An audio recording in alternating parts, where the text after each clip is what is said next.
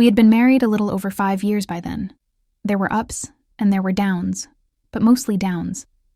I found a strange kind of peace in the fact that he worked out of town during the week.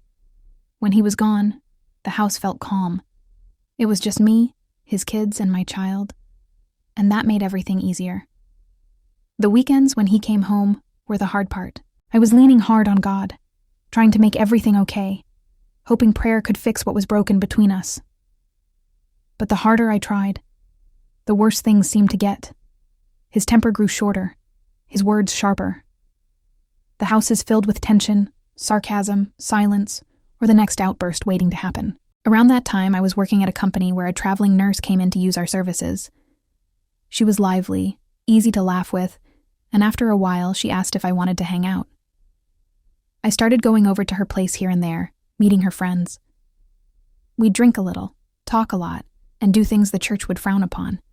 But for the first time in a long time, I felt like myself. One night, after her friends left, we stayed behind in the hot tub, wine glasses in hand, steam curling around us in the night air.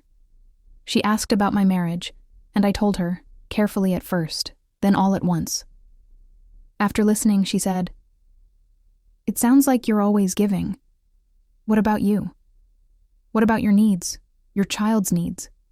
You don't want to hurt his kids, but what about yours?"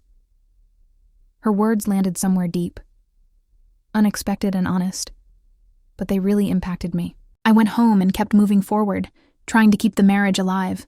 But one day, when the kids weren't home, we were in our room and started arguing again. I asked, "When are you going to try? When are you going to actually try to make this work?" He turned to me and said, "I have been trying."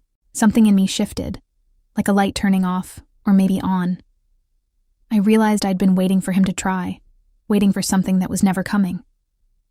Without thinking, I went to the garage, grabbed a few black trash bags, and started packing, just what I needed for myself and my child. He snapped. The yelling, the crashing, the sound of fists hitting the walls, it was terrifying. But somehow I managed to grab enough and get out. I didn't have a plan. I just drove to my parents' house. They were away on vacation, so the silence there felt like a relief. When they came back, I told them everything and asked if I could stay for 6 months, just long enough to get back on my feet.